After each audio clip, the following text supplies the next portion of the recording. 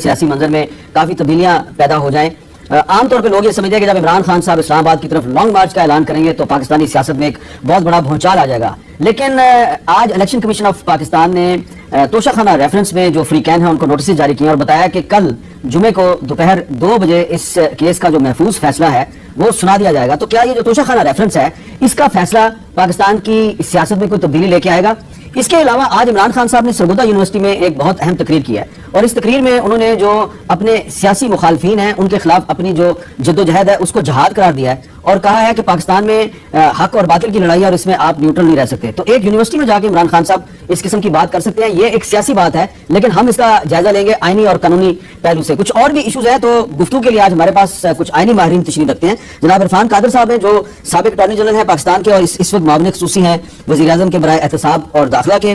Barrister گور خان صاحب ہیں جو کہ تحریک انصاف کے وکیل ہیں اور آج بھی عمران خان صاحب کے بہاف پہ الیکشن کمیشن میں پیش ہوئے. جو الیکشن کمیشن نے آج نوٹس جاری کیا ہے اس میں گور صاحب کا بھی نام موجود ہے اور ہمارے ساتھ لاہور میں موجود ہے ماہر قانون جناب سلمان اکرم راجہ صاحب.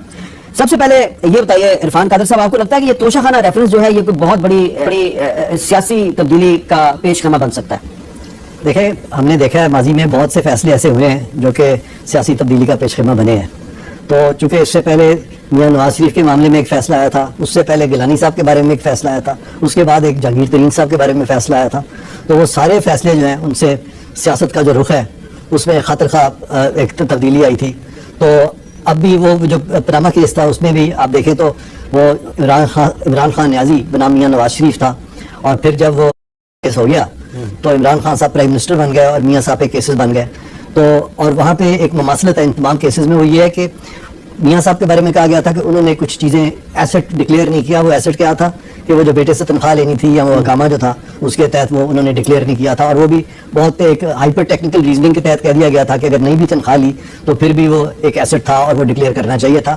اس سے بھی اتنا ہی ٹیکنیکل معاملہ جو تھا وہ جہانگیر ترین صاحب کے کیس میں ہوا کہ انگلستان کے قوانین میں ان کی جو ہائیڈ ہاؤس تھا وہ ایک ٹرسٹ پراپرٹی تھی اور وہ چونکہ پراپرٹی انگلستان میں ہی ہے، سچویٹڈ ہی وہاں پہ ہے، تو پاکستان میں سپریم کورٹ نے کہہ دیا نہیں وہ تو جہانگیر ترین صاحب کی پراپرٹی اور انہوں نے وہ ڈکلیئر نہیں کیا. تو اب اگر توشہ خانہ میں بھی کوئی چیز ڈکلیئر نہیں ہوئی اور اسی طرح کا فیصلہ آتا ہے تو اس کے دور رس نتائج تو ہوں گے اس پاکستان کی سیاست کے. اچھا گور صاحب، آپ تو توشہ خانہ ریفرنس میں عمران خان صاحب کو ڈیفینڈ کر رہے ہیں، آپ بھی ڈیفینڈ کر رہے ہیں اور علی ظفر صاحب بھی ڈیفینڈ کر رہے ہیں. آپ نے اس کی ابتدا کی تھی اور علی ظفر صاحب نے فائنل آرگومنٹ دیے تھے اور یہ جو نوٹس ہے اس میں آپ کا بھی نمبر ہے، بلکہ انہوں نے فون نمبر بھی آپ کا لکھا ہوا ہے. یہ بتائیں کہ جس طرح کے عرفان قادر صاحب فرما رہے ہیں واقعی یہ پاکستانی سیاست پہ اس ریفرنس کا کوئی اثر پڑے گا؟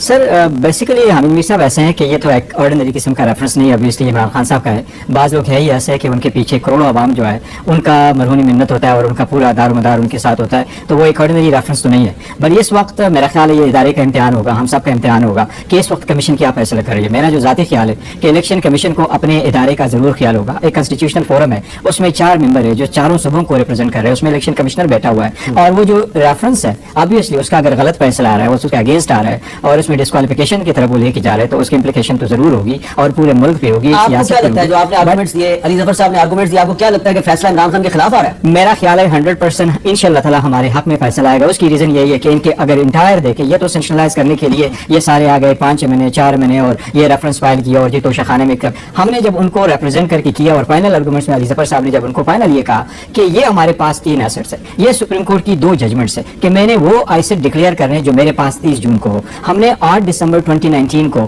ٹیکس ریٹرن میں کیا فائل کیا؟ ٹیکس ریٹرن میں فائل کیا کہ یہ ایسٹ میں نے 5 کروڑ 80 کے بیچے اور یہ میں نے 2.17 کے خریدے تھے، اس میں سے 95 لاکھ روپے ٹیکس بھی دیا ہے. اب یہ جب جواب ہم نے فائل کیا اس کے درمیان 2 ہفتے کا ٹائم تھا. ان میں نے صاحبان نے یا اسپیکر صاحب نے کبھی بھی نہیں کہا کہ اس میں کوئی بھی غلطی ہے اور الیکشن کمیشن نے جب پہلے ہمارے آرگومنٹ سنے اس کے بعد باقی پہ گیا نہیں. اچھا لیکن اس دوران کیا یہ وہاں پہ مینشن نہیں ہوا کہ عمران صاحب جو ہیں، عمران خان صاحب جو ہیں انہوں نے 53 لاکھ روپے کے کف لنکس جو ہیں وہ مینشن نہیں کیے تھے؟ سر علی ظفر صاحب نے ایڈمٹ کیا کہ ہاں یہ مینشن نہیں ہم نے سارے ڈیٹیل کا وہ کیا. اس میں 3 چیزیں تھیں. یہ جو ایک جس کا یہ بار بار ذکر کرے یہ 2018-2019 کا جون 2019 سے جو 4 وہ لیے گئے تھے تو تحائف ان میں سے یہ تھا کہ کتنے ہیں، کتنے کے بیچے اور کتنے کے خرید. آپ نے ڈکلیئر کیا کہ نہیں؟ ہم نے کہا یہ جو آپ کے پاس ہم نے فارم جمع کیا statement of assets and liabilities وہ ہم نے جمع کیا 31 دسمبر کو. اس سے پہلے ٹیکس ریٹرن ہم نے فائل کی 9 دسمبر 2019 کو. ان کے کوڈ کے ساتھ ہم نے ڈکلیئر کیا تھا